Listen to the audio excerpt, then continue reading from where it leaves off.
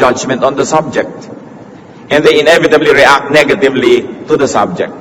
Bihirang-bihira mga kapatid na nagchichismis kayo, sumasali kayo, nakikinig kayo, na hindi kayo maapektuhan ng nadinig nyo. Kadalasan, hindi nyo pa nadinig yung paliwanag ng kabilang bahagi, ay nahusgahan na natin siya. Kung yung nagchichismis ay galit sa kanya, kung mababa ang pagtingin sa kanya, o pinapababa siya nung nagchichismis, nadadama yung nakikinig. At kahit sa hukuman, kahit ka pa nakapatay ng tao, kahit ka pa may ginawang masama, hindi ka pa kinikilalang guilty hanggang hindi ka nalilitis. Pero sa hukuman ng chismis, walang judgment, walang fairness, walang justice, puro judgmentalism lang. Dahil hindi nadidinig yung taong pinag-uusapan, pero napapatawa na siya ng hatol kung siya may masama o hindi, siya ba ay guilty or not. And usually, of course, the verdict is guilty. At bakit naman nadadamay at napapasama yung nagchichismis? Kasi nagiging judgmental ka. At isa yan sa mga pinagbabawal ng Panginoong Yesus, yung maging judgmental ka. Sabi, judge not that you be not judged. It is a challenge. When you hear a story or a gossip, chances are you will take the side of the storyteller. Unless you really know the other side of the story, or you really are very much involved with the subject of that story, chances are you'll be swayed. Kaya isa yan ng teorya ng communication. Yung naunang nagsabi, kadalasan yun na yung nakakampihan. Kaya dapat pinag-iingatan. Why else do people gossip? Because gossip is a form of criticism. Gossip is a way of putting others down. Ang nagchichismis actually ay namimintas. Ang nagchichismis ay gumagawa ng magagawa niya para pababain ang kalagayan nung pinag-uusapan. Kaya naman hindi katakataka na mas lalo na paboritong pagchismisan ng mayayaman, ang mga makapangyarihan at mga sikat dahil maraming naiinggit sa kanila. Kung ang chinichismis natin ay hindi mayaman, hindi sikat o makapangyarihan, siguradong meron lang tayong lihim na galit, meron tayong panibugho o lihim na pagkainggit. Sapagkat kung ang isang tao ay pinapahalagahan mo, minamahal mo, iginagalang mo, hindi mo siya chichismisin. Ma-offend ka pag chinichismis siya. Kaya sinusuri din ng tao ang kanyang sarili, bakit ko nga ba enjoy madinig na si ganun palang artistang kaya ganda-ganda, bulok pala ang kalooban niya.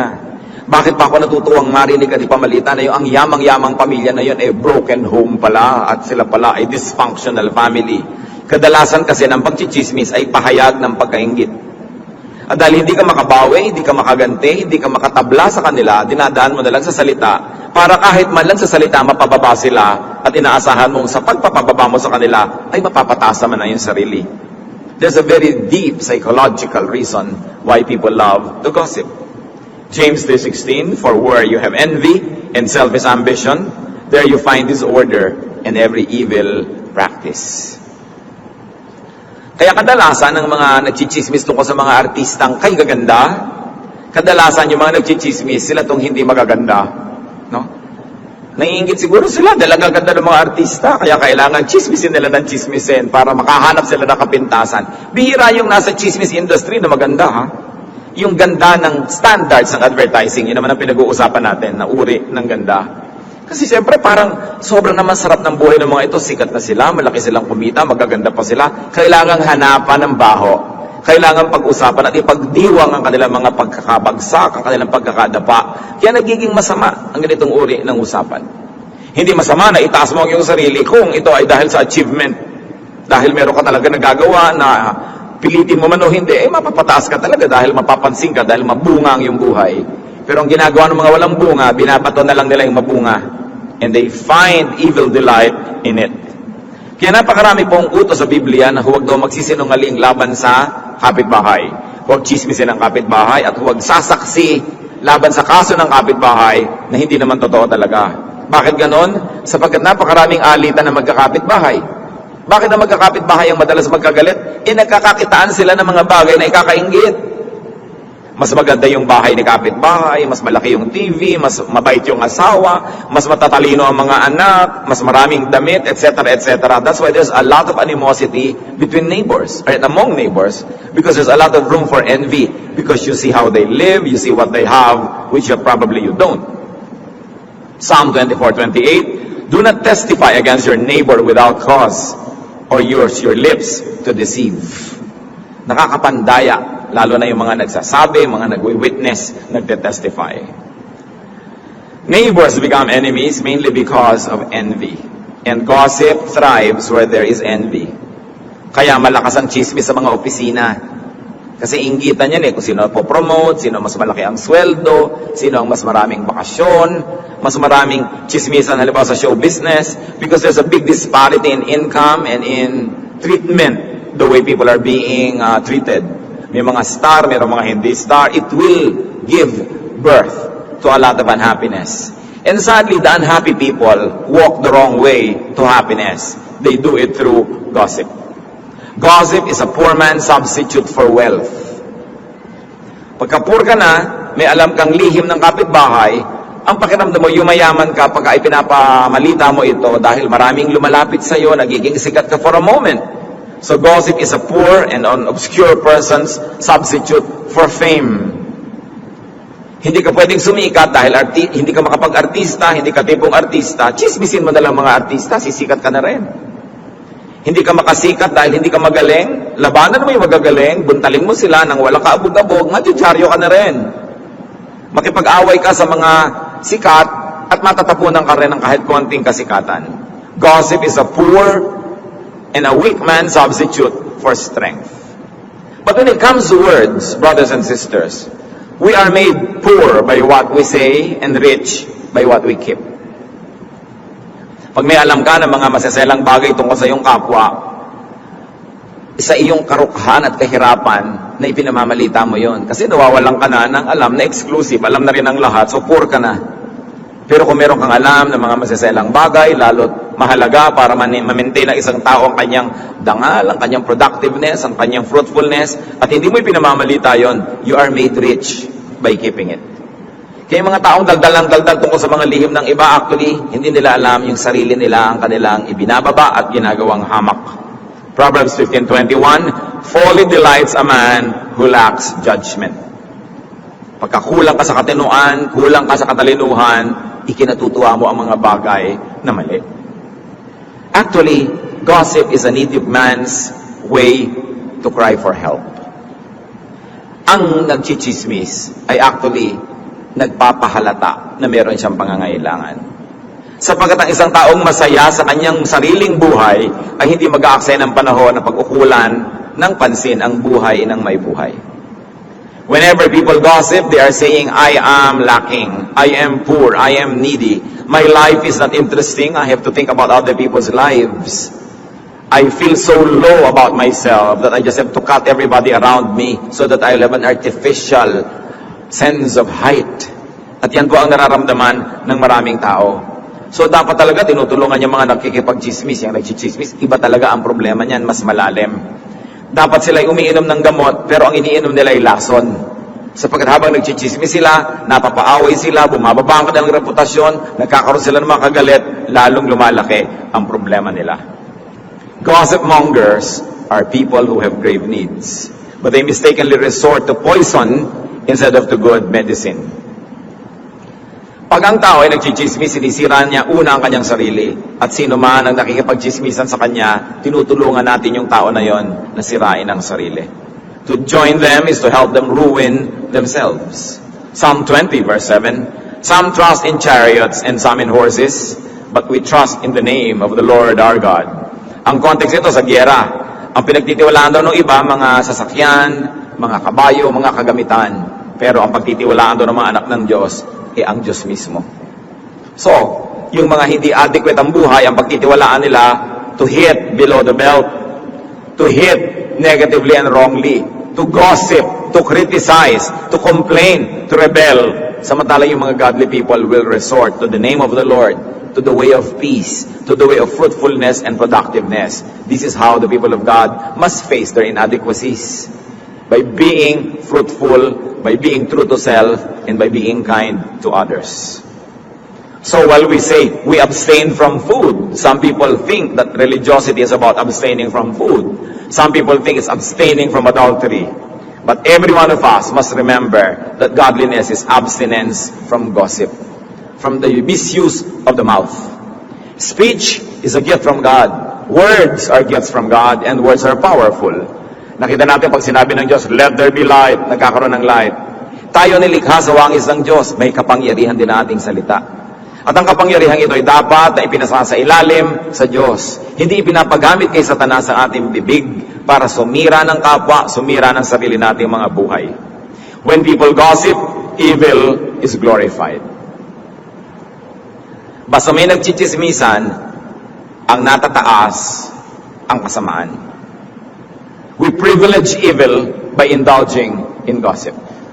Pag ang mga tao ay nagchichismisan, nalilimutan ang pangalan ng Diyos at kahit hindi nila sadyain ang pangalan ni Satanas ang tumatanghal at sumisikat.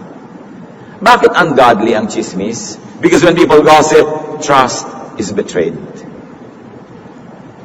Halimbawa, ikaw ay person A, kilala mo si person B, may alam kang lihim niya, ibinunyag mo sa iba, you betray the trust. Hindi na magtitiwala sa iyo si person B kahit kailan. At lahat ng pinagkwentuhan mo, hindi rin magtitiwala sa iyo dahil ganyan ka pala, madaldal ka pala.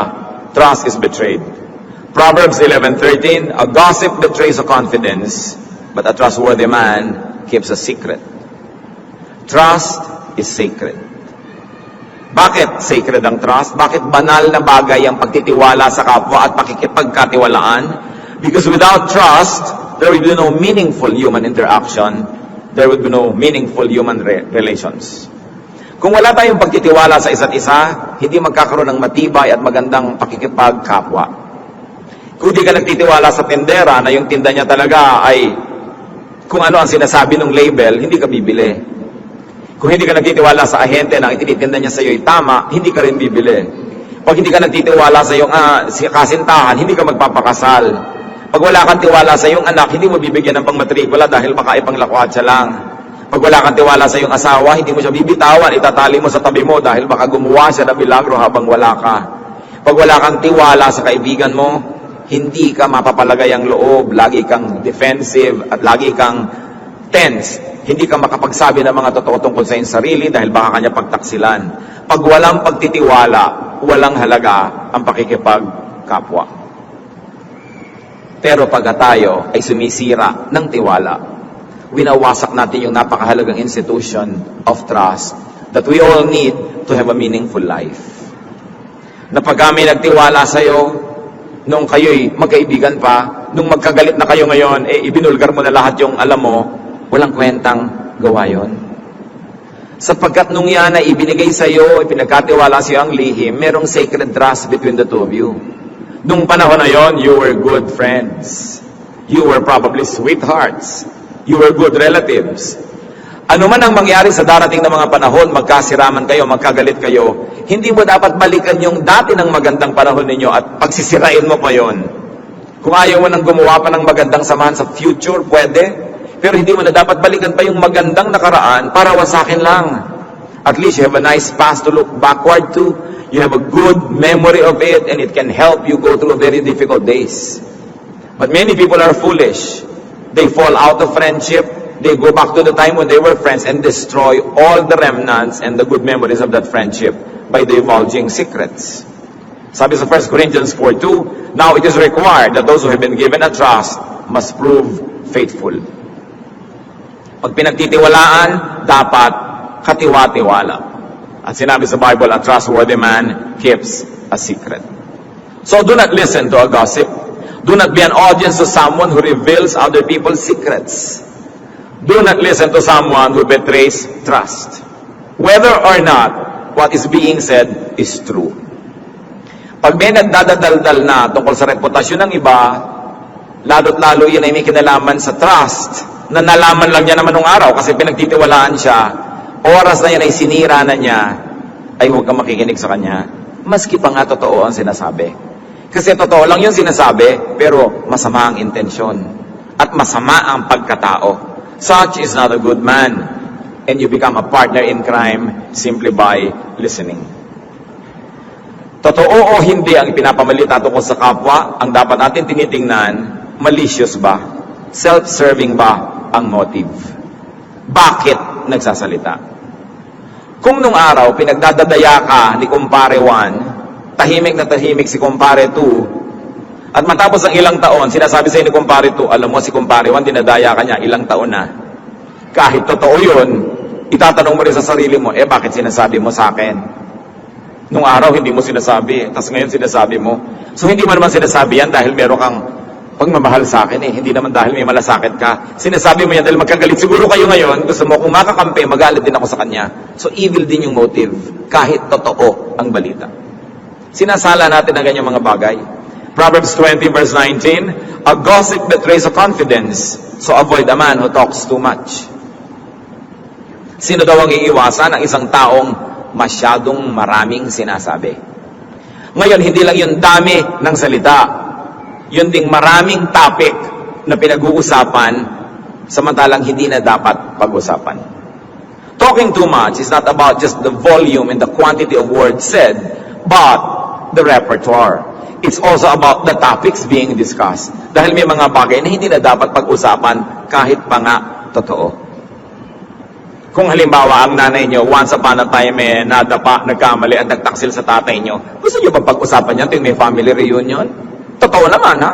Pero, pinag-uusapan ba yan ganyan mga bagay? Meron kang kapatid na iniisip mo, siguro hindi namin to kapatid. Anak, siguro to sa labas ng nanay ko nung 3 taon siyang nawala. No? Pag-uusapan nyo ba yun? Kahit totoo? May mga bagay na hindi tinitingnan. Pag nakakita ka ba ng mga dumi ng hayop at kung ano-ano sa kalye, tititigan mo ba yan?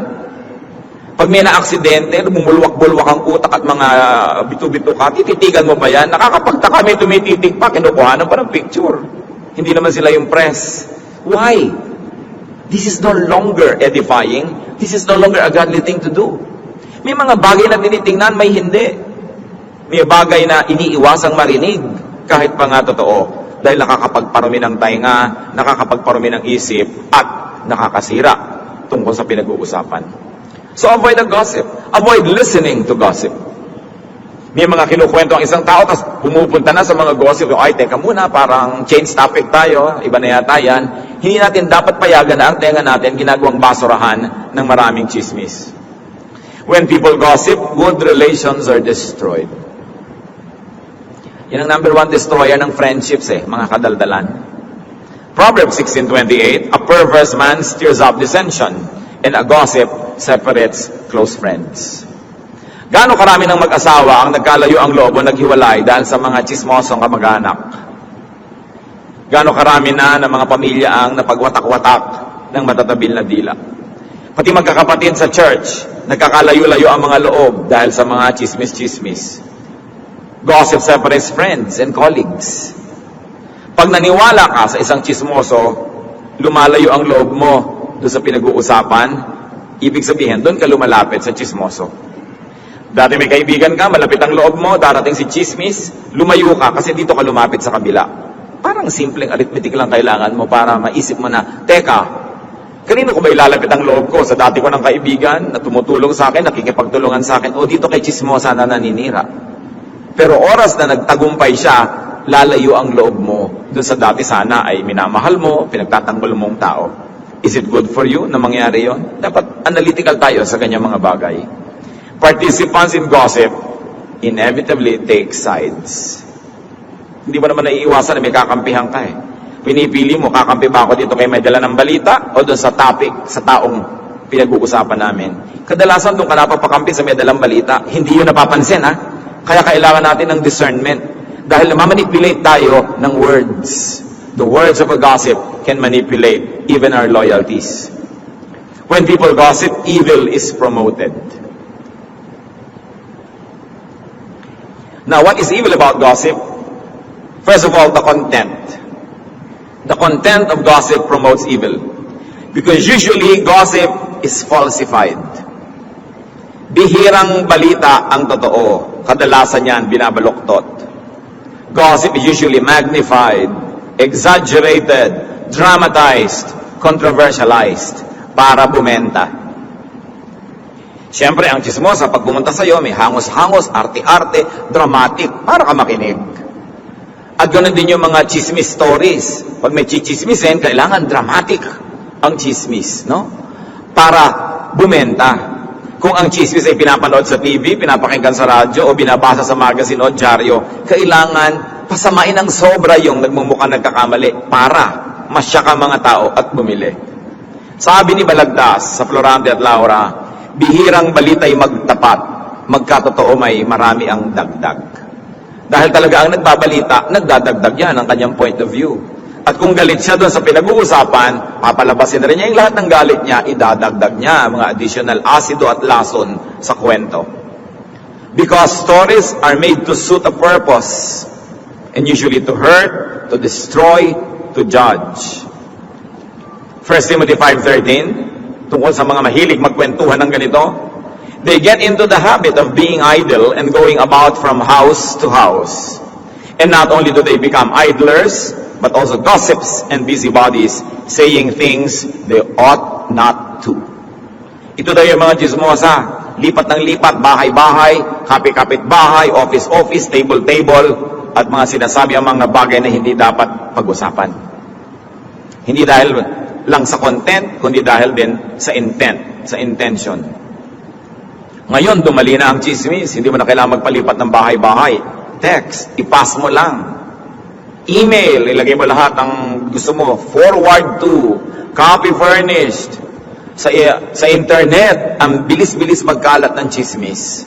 Kaya, ang mga tao na may pagiging disente, ang tao na may pananalig sa Diyos, hindi ka pass ng pass.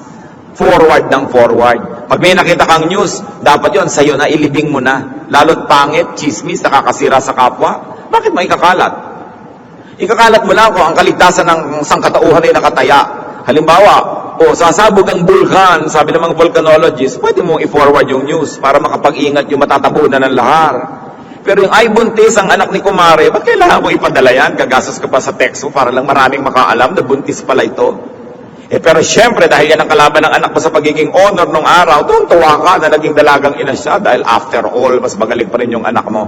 May paghihiganti kasi ang chismis May pagkainggit, may paninira. Kasi kung kontento ka talaga, masaya ka, pag may nagkakamali, pagka merong nadadapa, ang nararamdaman mo, compassion, habag. Hindi yung, kailangan ipamalita ko na to sa lahat. Kasi ikagagalak mo na madapa siya dahil magmumukha kang mas mainam at mas mabuti kaysa sa kanya.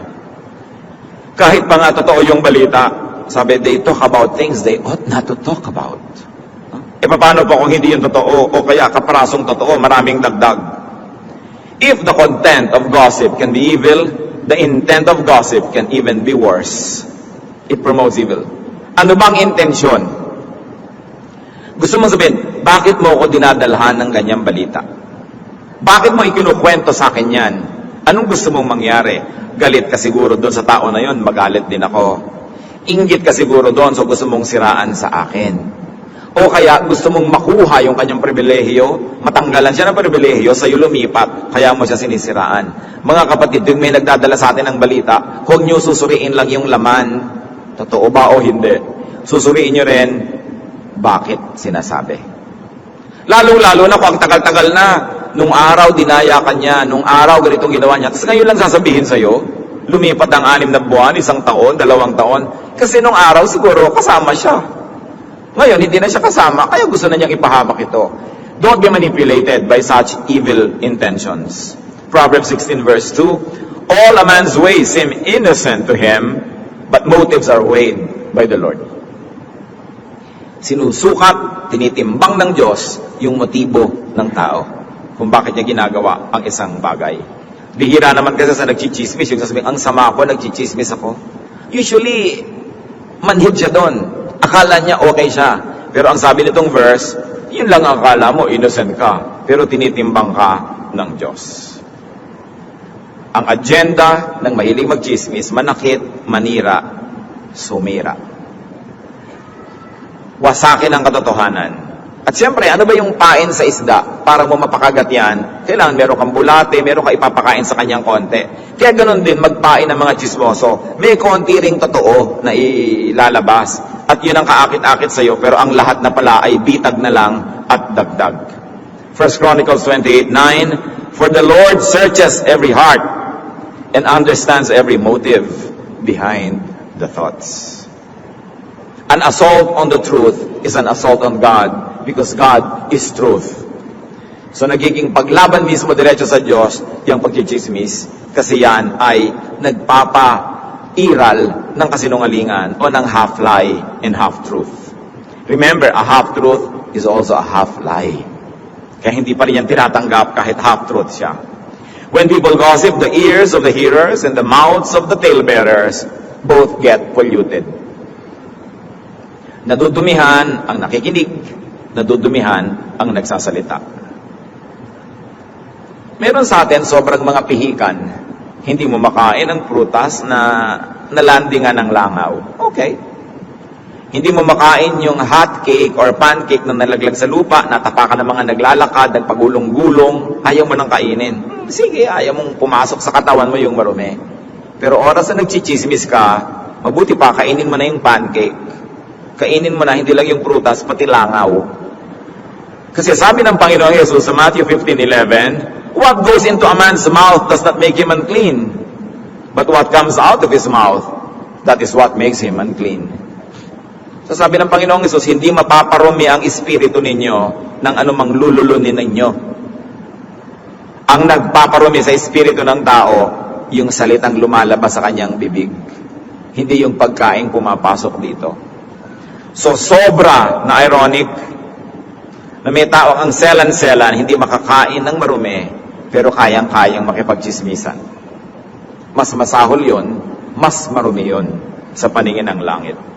What we say and what we repeat can make us unclean in the eyes of heaven. Matthew 12:36-37, again the Lord Jesus speaking. But I tell you that men will have to give account on the day of judgment for every careless word they have spoken.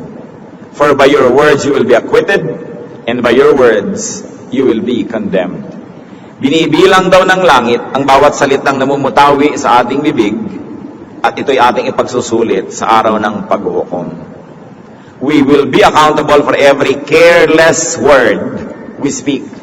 And careless doesn't only refer to what is false. Careless may also refer to what is true, but should not be said at the moment, should not be said in that occasion, or should never be said at all. Careless pa rin yun. Salita na pwede mong magamit ang mas magandang korte, tapos binibitawan mo sa mas pangit na korte ng pananalita, it's still carelessness. And we will be responsible for hurting people's feelings. Kahit totoo, nakakapagparumi ng espiritu ang mga salita na binibitiwan ng wala sa lugar, o kaya hindi dapat bitiwan. When people gossip, people, reputation and feelings are damaged. Therefore, God is offended. Mahal ng Diyos ang bawat tao. Kahit yung taong nagkamali, nadapa, nagkasala. Kahit ang tao na matigas ang ulo. Kahit ang taong paulit-ulit na nagkakamali, mahal pa rin yun ng Diyos. At para yan pag-usapan, husgahan, hatulan, yan ay dinaramdam pa rin ng Diyos. At lalo naman yung dinaramdam, kung ang humahatol, nag-uusap, at sumasakit sa kalooban nung nagkakamali, supposedly mga anak ng Diyos, mga Kristiyano who should know better, nagiging doble ang krimen kung may pinag-uusapang masamang tao, tas ang nag-uusap supposedly yung mabubuting tao, kung may mabuti nga. Kaya dapat natin tinitingnan ang ganito mga bagay. Hindi tayo pwedeng manakit ng kapwa na hindi nasasaktan ng Diyos sapagkat mahal niya ang bawat tao. Psalm 52 verse 2, your tongue plots destruction. It is like a sharpened razor, you who practice deceit. Pandaraya. Deceit in content, hindi totoo, and deceit in intent, totoo, pero masama ang balak, kaya sinasabi yung totoo. Gustong manira, gustong gumiba, gustong makapanaig. Now, how do we deal with gossip? Paano tayo makikitungo sa chismis? First of all, do not start it. Huwag kayong magpapasimula. Sarili ninyo na lang iniisip nyo. Kung hindi ikakaligtas ng sangkatauhan mula sa panganib na totoong-totoong nandyan, shut up. Keep quiet. Leviticus 19:16, do not go about spreading slander among your people. Huwag kang magkalat ng mga nakakasirang puri. Colossians 3:8, but now you must rid yourselves of all such things as this, malice, slander, and filthy language from your lips. Tigilan daw ang pagsasalita ng mga maruruming mga salita. Now, filthy language doesn't only deal with dirty four-letter words. Dirty language can be said in the most polite terms, but actually topics that are destructive to others. Pag sinabi nating maruming salita, hindi lang mga mura, hindi lang yung mga walang kwenta mga pananalita. Pwede kang gumamit ng matatayog, magaganda, mabubulaklak at mababangong mga salita. Pero pag ang topic mo pa rin ang ikasisira ng kapwa, marumi pa rin yun. Pinag-iingatan. Psalm 34, 12-13 teaches us the secret of a peaceful life. Whoever of you loves life and desires to see many good days, keep your tongue from evil and your lips from speaking lies. Gusto nyo ng magandang hinaharap? Gusto nyo ng payapa, tahimik na buhay? Sabi, iwasan na sumali sa mga hindi dapat salihang mga usapan. Itikom ang bibig. How else do you deal with gossip? First, you don't start it, and you do not listen to it. Huwag makinig. May karapatan kayo magsabi sa chismosa, teka, okay lang yung usapan natin kanina, recipe ng inihaw na talong, pero ayaw ko ng pag-usapan pa yung kapitbahay natin. So, change topic. Dapat marunong tayong tumanggi na ganon. Psalm 120 verse 2, Save me, O Lord, from lying lips and from deceitful tongues. And let me repeat, deceit is not only in the truthfulness of the message, but also in the evilness of its intention. Say no, refuse, avoid. Kung ayaw mong nilalagyan ng kapatid mo ng mga kalat niya yung kama mo, yung cabinet mo, nilalagyan ng mga gulo-gulo niya, ayaw mo na yung bakuran mo, tinatapunan ng basura ng kapitbahay, huwag mong payagan na ang tenga mo gawing basurahan ng mga salita ng chismosa o chismoso. Kasi dudumi ka sa mga papakinggan mong salita. What do you do with gossip? Kill it. This is one murder that is godly. Kill gossip.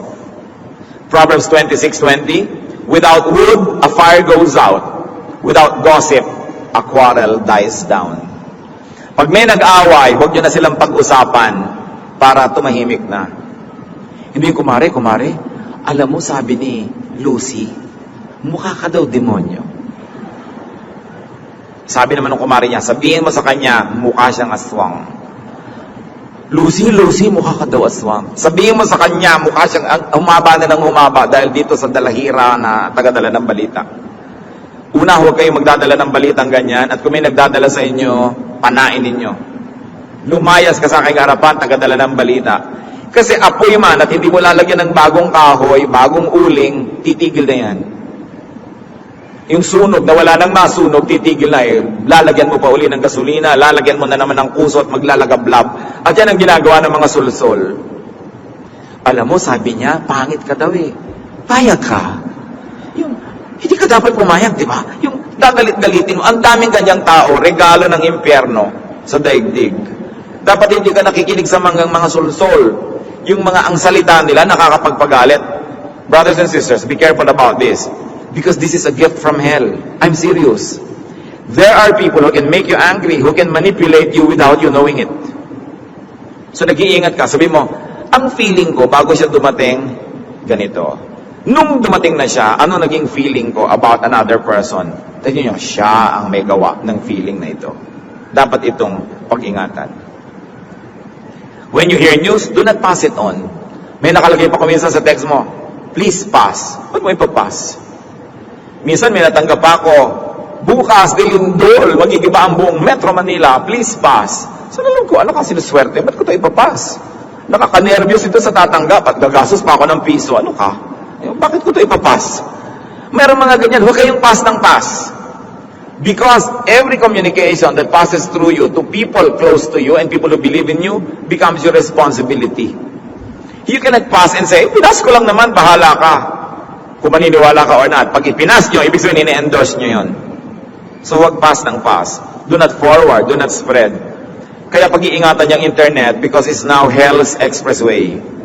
Ang dami-daming mga puring nasisira dahil dyan. Walang kalaban-laban, hindi maipagtanggol ang sarili dahil nahusgahan na kahit hindi nalilitis.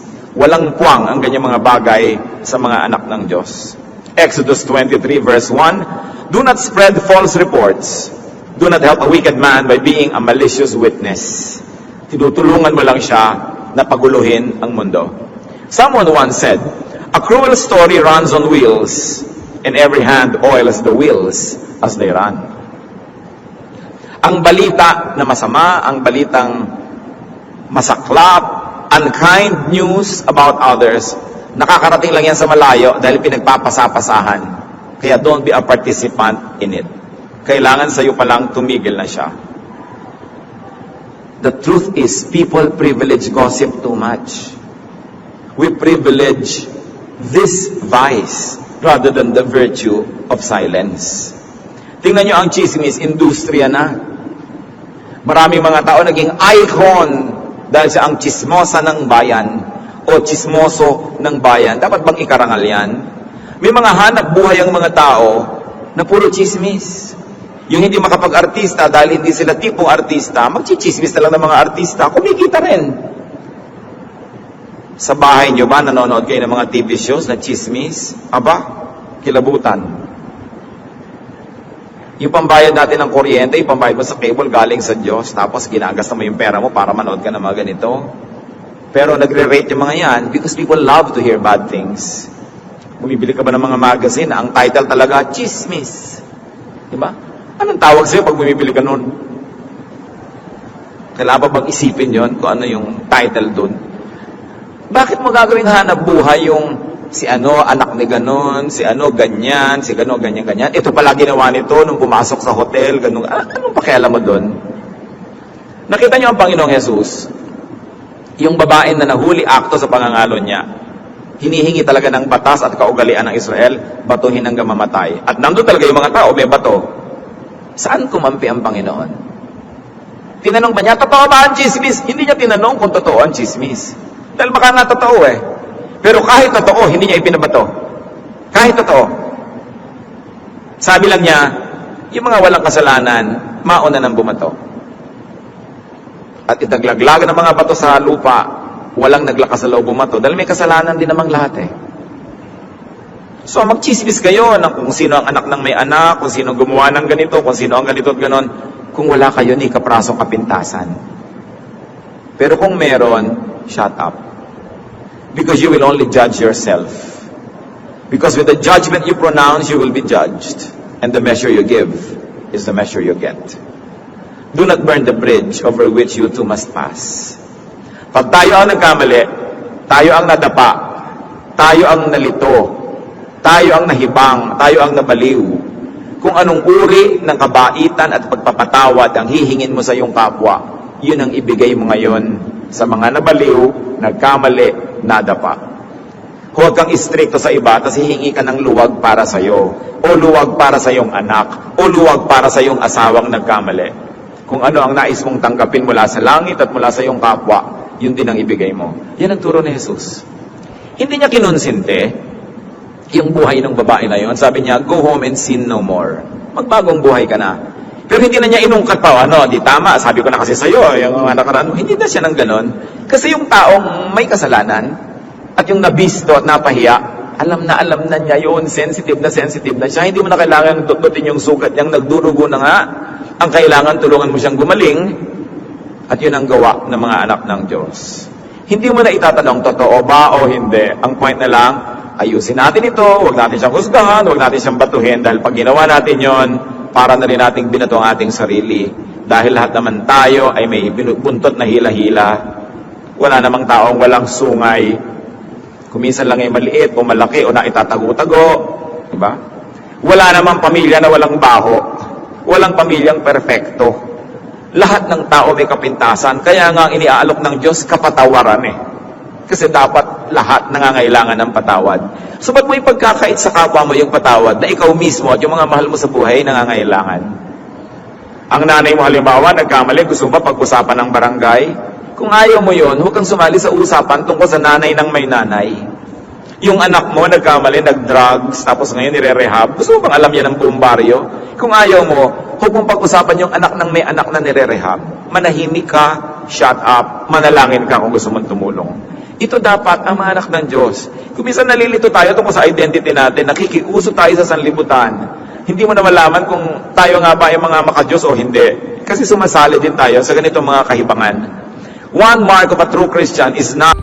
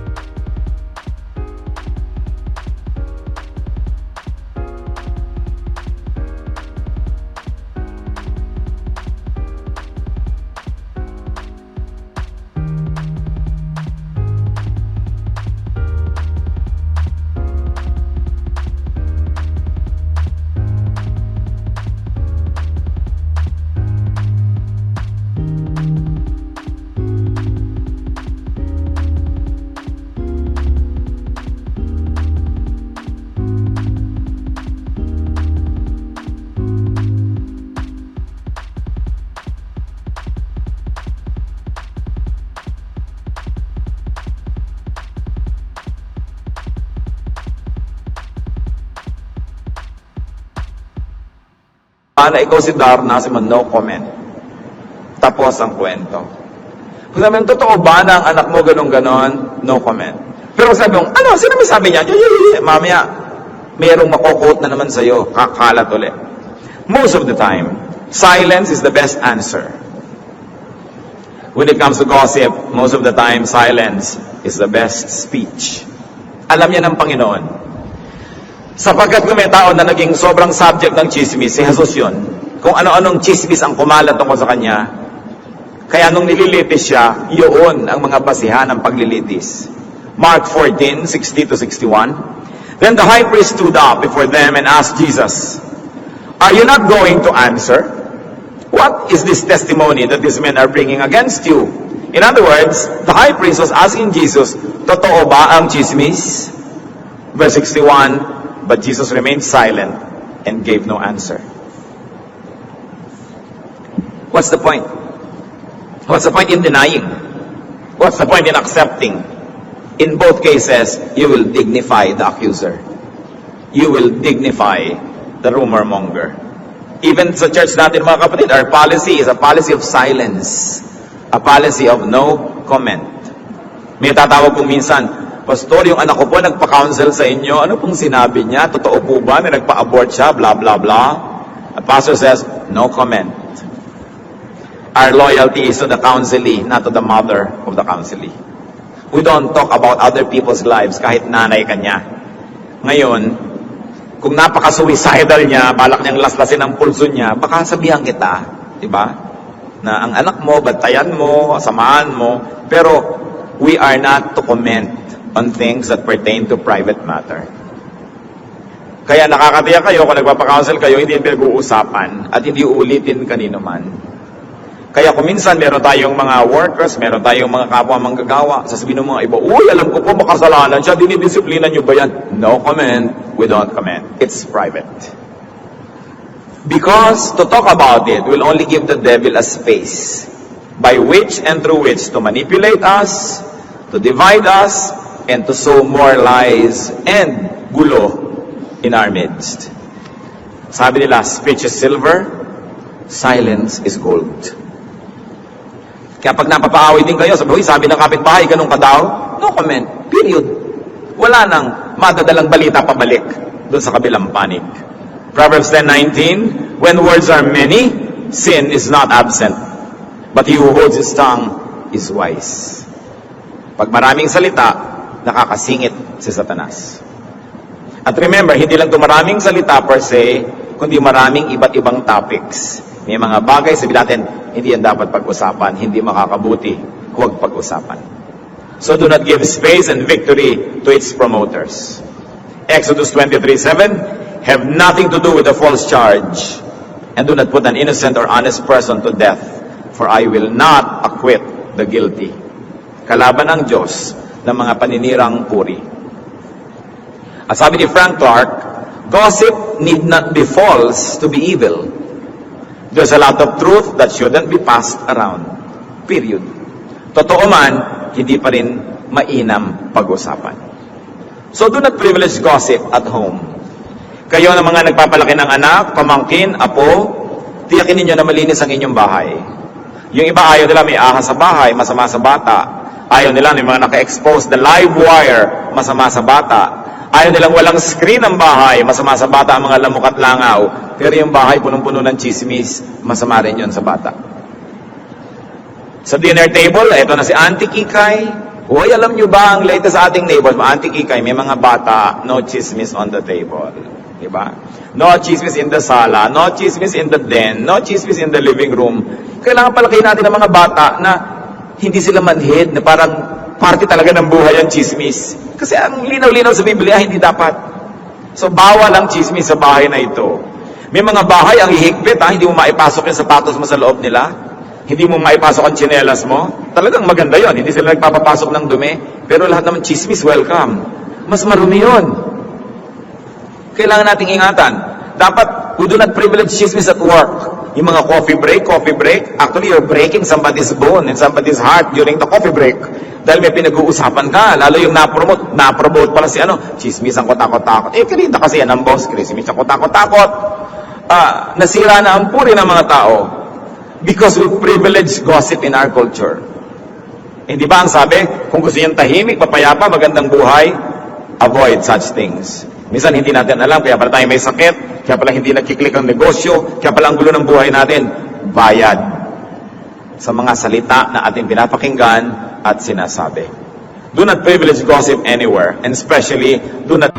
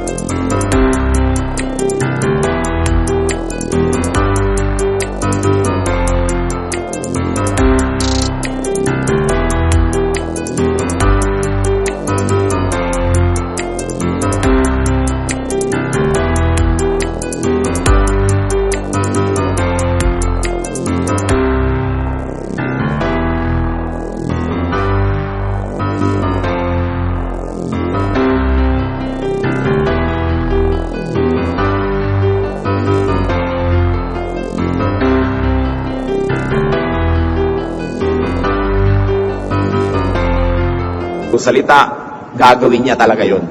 Kaya dapat natin na ipinananalangin ang mga nakakataas sa atin, ipinagtatanggol sila sa mga chismis, totoo man o hindi, sapagkat pag sila'y nasaktan at nasira, nadadamay din tayong lahat. Kaya sabi nga ni Lord, si Satan, ang una niyang pupukulin yung leader ng flock para magkawatak-watak yung mga flock. So there's a lot of opportunity for those who are visible to be the targets of this kind of things. Mas lagi tayo nagiging supportive and we pray a lot. Sa atin ding pamilya, minsan meron tayong kamag-anak na nagiging object ng chismis. Ang tendency natin, sumali pa sa mga chismosa, makikondemn dahil napapahiya tayo. Pero kailan pa kayo magpapakapamilya?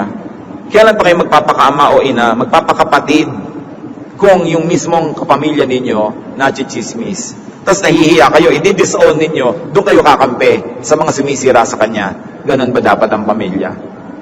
Ang pamilya kasi, yung relasyon natin, irrevocable. For better or for worse, magkakamag-anak tayo, pamilya tayo. So kung meron tayong kamag-anak, lalo member ng immediate family mo na nasasalanta ng mga salita, chismis, ganyan-ganyan, demolition jobs. The good, the humane, and in fact the godly way is to be protective and nourishing, to be forgiving, and to be kind. Kung meron kang lesson na ituturo, later na, pag naka-recover na siya, pero habang siya ina-attack, binabato, dapat natin siyang tulungan. Huwag ka nang sumali pa sa nakikibato para lang patunayan na malinis ka, kaya ikaw din babato. Ang pamilya dapat walang patakarang pagtanggap, walang patakarang pagmamahal. Kaya nilikha ng Diyos ang pamilya. At ang inuutos sa Biblia ng mag-asawa, hindi dapat maghiwalay, kasama lahat yon. Magtutulungan kayo sa hirap at ginhawa, sa tama at mali, you will be supportive. Not supportive in doing wrong, but support those who have done wrong to correct their lives and to recover and to be well again. Pag tayo committed sa ganyang klaseng faithfulness to our family, to our brothers and sisters in the Lord, to our corporations, we will have a peaceful life. Sa Psalm 5, 8-10, meron pong dalangin ng isang object ng gulo, intriga at chismis. At si David, lagi naman siya nagiging subject niyan kasi nga king siya, controversialized in many ways. Sabi niya, lead me, O Lord, in your righteousness because of my enemies. Make straight your way before me. Not a word from their mouth can be trusted. Their heart is filled with destruction. Their throat is an open grave. With their tongue they speak deceit. Declare them guilty, O God. Let their intrigues be their downfall.